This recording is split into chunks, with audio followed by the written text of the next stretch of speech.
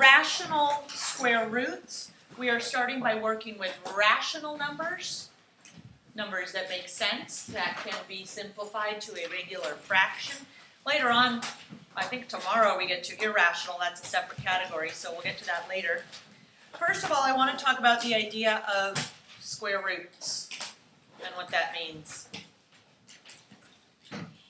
Think about when we use the word square means an exponent of 2, right? So this would be x squared. This is review this part, squared.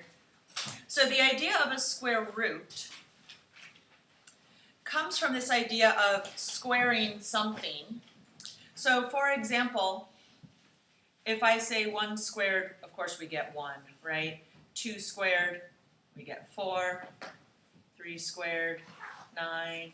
4 squared, 16, and so on. I'm going to stop there for now, but we will be using more of them. These numbers on the right side are what we call perfect squares. And we've used some of this terminology before when we've been working with trinomials and FOIL. We say, what's squared? What does this make squared, right? Is it the square of a binomial? So we've used this idea before, but here we're just working with plain numbers. So 4 is a perfect square of 2 times 2, right? 16 is the perfect square of 4 times 4. So when we talk about a perfect square number, we mean one of these answers when another number is raised to the power of 2. So when we talk about square root, here's what that means. And then there is a button on your calculator, but you're not going to be using it right away. So I'll show you that in a little bit.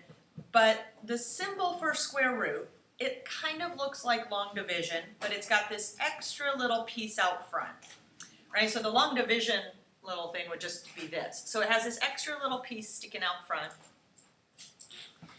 And what would be under here would be the perfect square.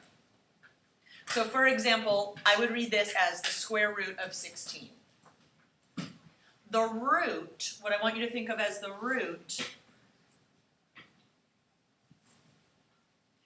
is the base number that was raised to the power of 2.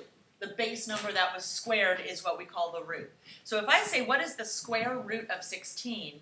All I'm asking is, what number squared times itself equals 16? So what would you say for that, Izzy?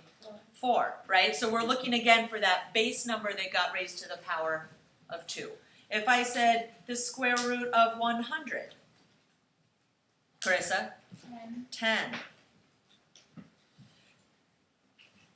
Now, by the way, this is square. This is only for the power of 2. When you guys get to high school, you'll be doing things like cube roots. What times itself 3 times would equal this number? So it does even get more complicated. If I said the square root of 81, Daniel? 9, right? So you're just looking for what number times itself would equal this number that's under the square root symbol. Now that's kind of the beginning of it. I want you to be thinking about these perfect squares, right? I only went up to 16, but obviously you guys know more of them, right? And I knew that. So here's how it's going to get one step a little more complicated. If I said, for example, the square root of 900. Some of you might be able to do mental math on that, but I'm going to also show you another way, without using your calculator. If you don't know whether or not this is a perfect square, here's what you can try. Instead of trying to work straight with the 900, what if we break it down into 2 numbers that we can multiply together, always multiplying, where each one of those is a perfect square? So for example, if I'm not sure what is the square root of 900, but I know that 9 times 100 makes 900, and 9 is a perfect square, and 100 is a perfect square, then I can do each one of these pieces separately to get my answer, right? So if I say, okay, this is going to be the square root of 9, and we can break them apart like this, and the square root of 10.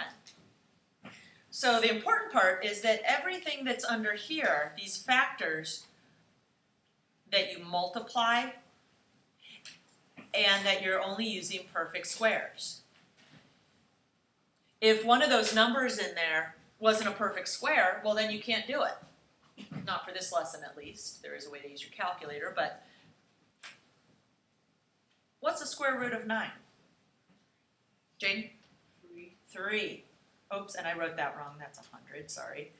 The square root of 100, what's the square root of 100? We already did it right up here. Rebecca? 10. And then we just multiply our two answers, and 30 is the square root of 900, 30 times 30. Now again, some of you might have been able to think of that one in your head and imagine, oh, 30 times 30, that would make 900. Make sure you're not doing anything times 2. It's always the number times itself. So, I'm sure some of you could have come up with 30 without breaking it apart. So why would you ever need to break it apart? Well, what if I give you the square root of 2,304?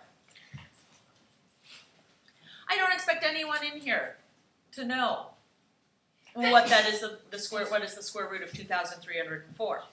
What I do expect you to do is to use divisibility rules. Think about that list of perfect squares, 4, 16, 25, and so on. And let's see if we can break this up into at least 2, maybe more, numbers we're going to multiply where each piece is also a perfect square. Now, here's what you're going to do. Here's where you can use your calculator. Anybody think of a perfect square that you want to try to divide and see if it's a factor here? CJ? 4. Okay, 4 is a good place to start. First of all, the divisibility rules for 4 say that if we look at this as a number, if we look at the last 2 digits as a number, 4, we don't add it, we just look at it, 4. If that divides by 4, then the number divides by 4. And since 4 divides by 4, I know that this number will divide by 4. Now, if you're not sure, if you don't remember the divisibility rules, you use your calculator. 2,304, divide by 4. And look at, I get a whole number. Now, 576, I don't know what the square root of 576. So let's see if we can find another number. Divisibility rules. 5 plus 7 is 12, plus 6 is 18. So what will this number divide by? If the sum is 18, Diego? By 3 or, Leanna? 9. By 9. Let's use 9. And here's why. Is 3, 18, the sum, does divide by 3. But Diego, is 3 a perfect square? No, so we don't want to use it. Although it's a factor, we don't want to use it. Remember the divisibility rules for 9. If this adds up to 18, when we add those digits, 18 divides by 9, which means this number will divide by 9, and 9 is a perfect square. So again, we don't want to use the 3. It's a factor, but it's not a perfect square. Now, let's see what we've got so far. I've got 4 times 9, that's 36. 2,304, my original number, divided by that total of 36. Oh shoot, I forgot to hit division. 2,304 divided by 36. Ooh, 64. Guess what? That's a perfect square. Today, rational square roots, you will be able to simplify down to a whole number. So if you were to get something that is a decimal or it's not a perfect square, then check your work. Because today's lesson, every piece should end up being a perfect square or your answer a whole number. So, remember that all this means is that we can do each part separately. I would like you to put this part into your notes where we break it apart in the homework. If you just want to do the math on each part and not write this step, that's fine. But I want you to have it in your notes just so you know that you can break it apart. And then we just get the square root of each part. The square root of 4 is 2. The square root of 9 is 3. And the square root of 64 is 8. 2 times 3 is 6, times 8 is 48. How can I check to see if I got the right answer? Vincent? 48 times 48. Yep, 48 times itself. 48 times 48, 2,304 tells me I got the right answer. Now, what you cannot do today is, anybody have a calculator out? I have a different one. What you cannot do for this lesson, I need to see, for a problem like this, I need to see how you broke it apart into its factors that are perfect squares.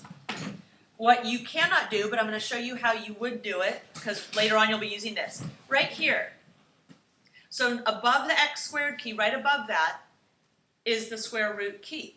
Later on, after we finish this lesson and we move on to other parts, and when we get to some that are irrational, because it's in the yellow, you would use the second key. You'd hit second, you'd hit this button where the square root symbol is above, you type in, so this is just another way you can check your answers.